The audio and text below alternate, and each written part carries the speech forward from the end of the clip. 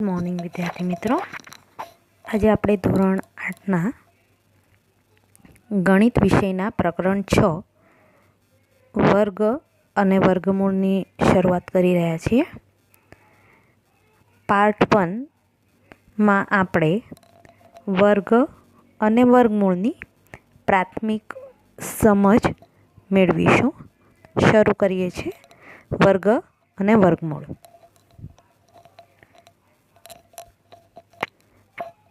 કોઈપણ સંખ્યાને તે જ સંખ્યા સાથે ગુણતા મળતી સંખ્યાને તે સંખ્યાનો વર્ગ કહે છે. જેમ કે 5નો વર્ગ એટલે કે 5ને 5ની સાથે જ ગુણતા મળતી સંખ્યા 5 5 25. આથી 5નો વર્ગ બરાબર 25. 8નો વર્ગ બરાબર 8ને 8 સાથે જ ગુણતા મળતી સંખ્યા 64, એટલે 8નો વર્ગ 64. વર્ગને જો આપણે સંકેતમાં લખવું હોય તો આપણે લખી શકીએ 5ની ઉપર 2ની ઘાત બરાબર 25. 8નો વર્ગ એટલે 8ની ઉપર 2ની ઘાત એટલે 64.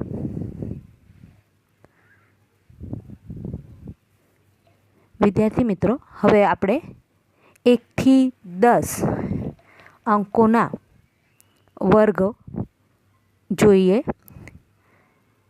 1નો વર્ગ 1, 2નો 4, 3નો 9, 4નો 16, 5નો 25, 6નો 36, 7નો 49, 8નો 64, 9નો 81 ને 10નો 100. આ રીતે તમે 11 થી 20નો કોઠો, વર્ગ આવતી સંખ્યાનો કોઠો બનાવી શકો છો. ત્યારબાદ આપણે કોઈ પણ વર્ગ સંખ્યાનો એકમનો અંક શોધવા માંગતા હો તો શું કરી શકીએ જોઈએ. જેમ કે 14નો વર્ગ 14 ગુણ્યા 14 196. આપણે જોઈ શકીએ છીએ કે 14નો એકમનો અંક 4 છે. 4 ગુણ્યા 4 કરતાં પાછળ 6 આવે છે. એટલે જ્યારે કોઈ પણ સંખ્યાની પાછળ 4 હોય ત્યારે એની વર્ગ સંખ્યા, એનો વર્ગ કરવાથી મળતી સંખ્યાનો એકમનો અંક હંમેશા 6 જ હશે. એ જ રીતે 16નો વર્ગ કરવા માટે 16 ગુણ્યા 16 કરવા પડે. એટલે એકમનો અંક 6 હોવાથી 6 છંગ 36, એટલે એકમનો અંક હંમેશા 6 જ આવશે. એટલે કે જ્યારે કોઈ પણ સંખ્યા હોય એના એકમનો અંક 4 અને 6 હોય તેની વર્ગ સંખ્યાનો એકમનો અંક 6 જ આવશે. એ જ રીતે અહીં બાજુના કોઠામાં કઈ સંખ્યાનો એકમનો અંક વર્ગ કરવાથી શું મળશે તે જોઈએ. જે સંખ્યાની પાછળ 1 અને 9 હોય તેવી તમામ સંખ્યાઓનો વર્ગ કરવાથી તેના વર્ગની સંખ્યાનો એકમનો અંક હંમેશા 1 જ હશે. એ જ રીતે જે સંખ્યાની પાછળનો એકમનો અંક 2 અને 8 હોય તેવી સંખ્યાઓનો વર્ગ કરતાં મળતી સંખ્યાનો એકમનો અંક 4 હશે. 3 અને 7 એકમમાં હોય તેવી સંખ્યાના વર્ગ સંખ્યાનો એકમનો અંક 9 હશે. 4 અને 6 એકમમાં હોય તો એવી સંખ્યાનો વર્ગ સંખ્યાનો એકમનો અંક હંમેશા 6 જ હશે.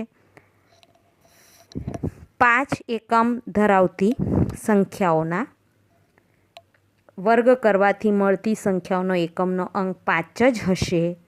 અને 0 એકમ ધરાવતી સંખ્યાઓના વર્ગ કરવાથી મળતી સંખ્યાનો એકમનો અંક હંમેશા 0 જ હશે.